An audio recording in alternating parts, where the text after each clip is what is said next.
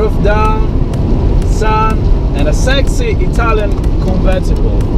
I cannot really ask anything more to spend a lovely Tuesday evening.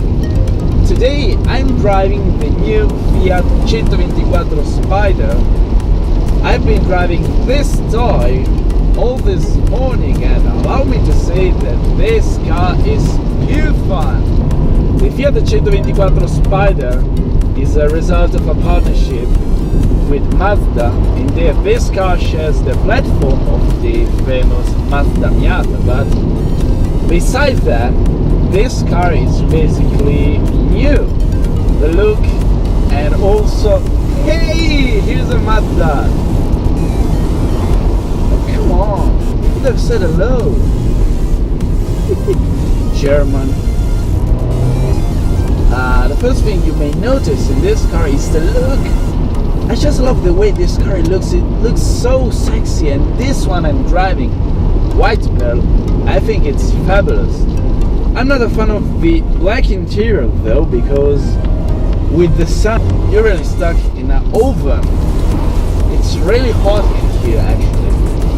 The Fiat 124 Spider is a remake of the old 124, but with a modern touch, and I think the designers have really nailed the look of this car. And I have noticed that this car really attracts the attention. A lot of people stop me to ask things about this car and to have a look, because finally, after a long time, Fiat is back with a lovely convertible that is not just beautiful to look at, but also to drive. I was comparing it with the Miata, but one of the biggest difference compared to the Miata is the engine, because whereas the Miata has a naturally aspirated engine, the Fiat 124 has a tiny 1.4 liter turbo engine taken from the Abarth 500, and with 140 horsepower and with a lightweight, this car really flies around the corners. And this is also given to the remarkable chassis. I would have never expected to have so much fun and smiles with this car around these roads. It feels so fast and agile. Second. And yeah, long live the 6-speed manual transmission. It is such a good transmission. The gears are so sharp, neat to engage. I quite like it. And every hill toe brings me a good smile. The 1.4 liter engine is not that noisy, but it has a good sound. It's not a car that really makes you want to push all the time. It's quite fun to drive it flat out around the corners, but that's a part of the fun of this car, because even cruising at this speed around these roads with the roof down, it's so relaxing. The tiny engine doesn't have a ridiculous amount of power, so you can really push it to the limit all the time. Above 5,500 RPMs, you really start to feel the lack of power typical of a tiny turbo engine. But the way this car moves around the corners. I like also the position of the pedals. It's very easy and practical to heel toe, and what a joy to play with the feet and the gear stick. It's like a heart doing the heel toe. And look at the view of the Fiat 124 around the corners. It feels so light and smooth around the corners. It's very neutral.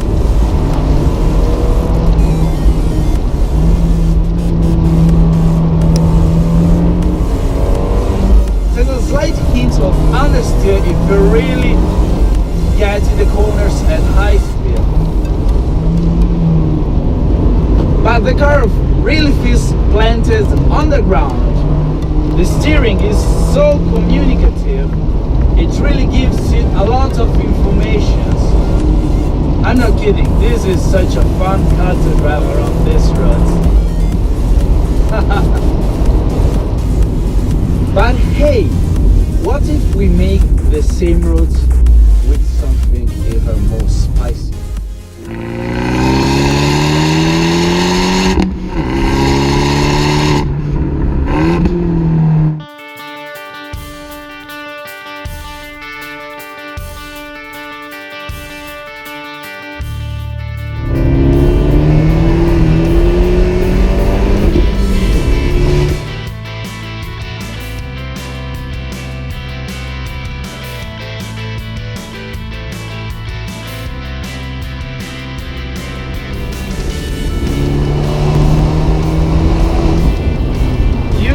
By the sound that I'm not behind the wheel of the Fiat 124 anymore.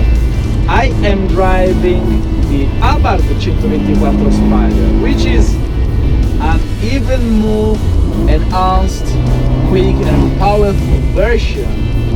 Listen to that record Monza exhaust.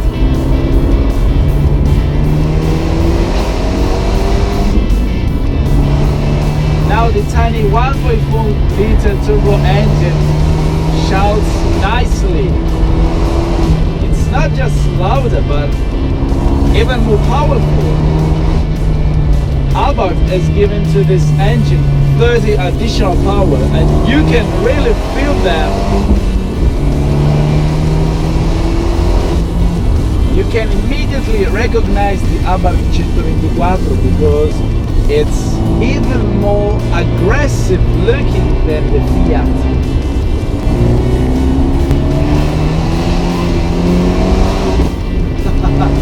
Little bit of oversteer. With this extra horsepower, the behavior of the chassis is still neutral, but if you really push it, you can even slide it a little bit. It's even more fun than the Fiat.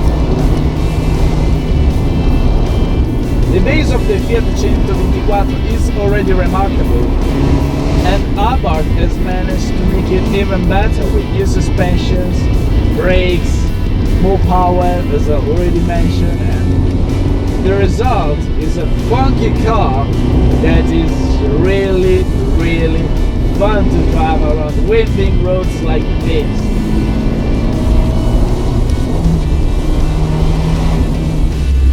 Whereas the interior of the Fiat 124 is more oriented on the luxury, the interior of the Abarth has been made even more sporty with Alcantara, a different look of the seats.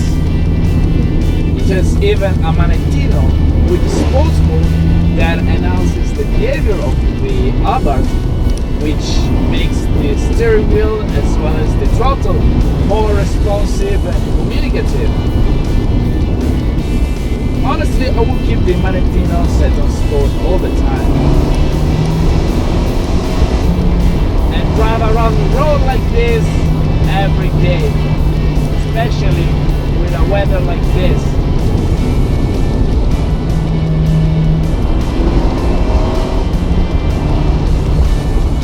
I really love the way Abarth has improved the Fiat 124 because, as I mentioned at the beginning of the video, there are lots of things I love about the 124.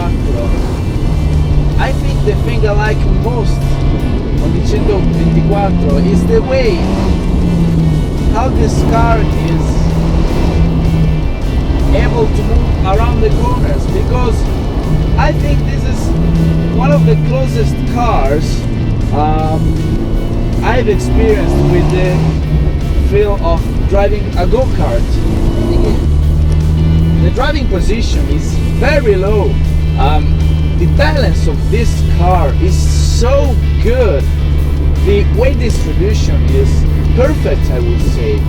And I think this is one of the best go-kart feel driving experience I have ever felt behind the wheel of a sports car. Really. You don't always need a ridiculous amount of power to feel such a good driving experience. A well-balanced, low-weighted car with a good amount of power. This is enough. And perhaps this car is more fun than some other supercars I have driven.